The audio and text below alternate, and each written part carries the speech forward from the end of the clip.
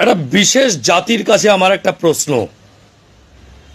আমাদের হিন্দুদের মূর্তি পুজোটা যারা বলে হারাম, মূর্তি পুজো হারাম, তো সেই বিশেষ জাতি তাদেরকে আমার প্রশ্ন, তোমরা যখন হজ করতে যাও, ঠিক আছে, তো ওই কাবা ঘরে যে কালো পাথরটাকে তোমরা চুমু করো হজ করতে যেয়ে, তো সেটা কি হবে?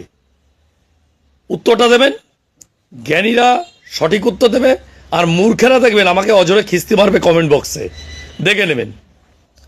তা বলছিলাম দাদা, আপনি জ্ঞানী মানুষের কাছে জবাব চেয়েছেন, অবশ্যই আপনাকে উত্তরটা আমি দিব। কতটা জ্ঞানের সাথে উত্তরটা দিব সেটা আমি জানি না, তবে চেষ্টা করব।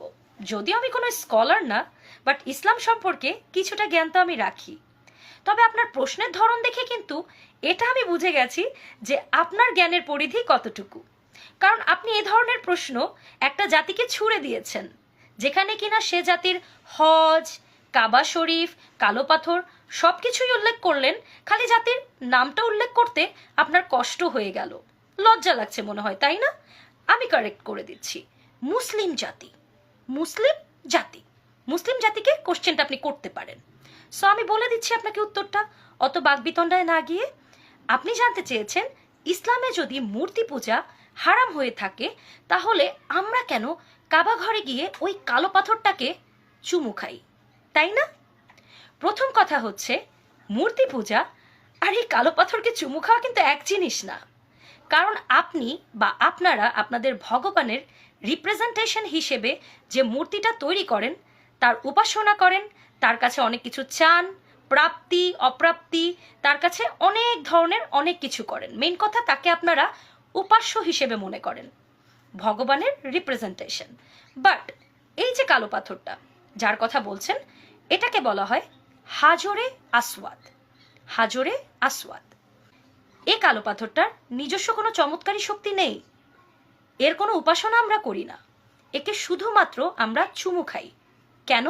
কারণ এটা হচ্ছে একটা প্রতীকী বা সিম্বল, যেটা আমাদের প্রিয় মোহাম্মদ সাল্লাল্লাহু আলাইহি সাল্লাম নিজে চুমু খেয়েছিলেন এই পাথরটাকে একটা পবিত্র পাথর হিসেবে, এবং সেটার কারণেই আমরা আমাদের নবীর সুন্নত পালন করতে কাবা ঘরে গেলে অবশ্যই এই পাথরটাকে চুম্বন করে থাকি, উপাস্য হিসেবে নয়।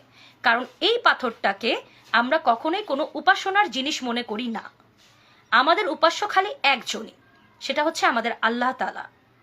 আমরা আমাদের নবীরও কোনো উপাসনা করি না। আরও যদি ক্লিয়ারলি আপনাদেরকে বুঝিয়ে বলি, আমরা বিলিভ করি এ পাথরের নিজস্ব কোনো ক্ষমতা নেই, না সে আমাদের উপকার করতে পারবে, না সে আমাদের কোনো ক্ষতি করতে পারবে। শুধুমাত্র আমাদের নবী সাল্লাল্লাহু আলাইহি সাল্লাম একে চুম্বন করেছেন বলেই এ পাথরটি আমাদের জন্য পবিত্র পাথর, এবং এটাকে আমরা আমাদের নবীর সুন্নত হিসেবে চুম্বন করে থাকি। আমাদের দ্বিতীয় খলিফা হযরত উমর রাদিয়াল্লাহু তাআলা আনহুর একটা ঐতিহাসিক কথা আছে।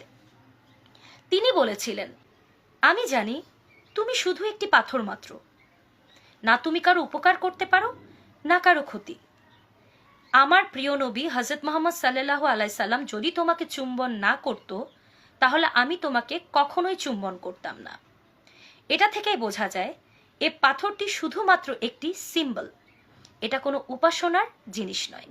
এটার কোনো উপাসনা বা ইবাদত কোনো কিছুই করি না আমরা শুধুমাত্র ওই আল্লাহ তাআলার ইবাদত করি।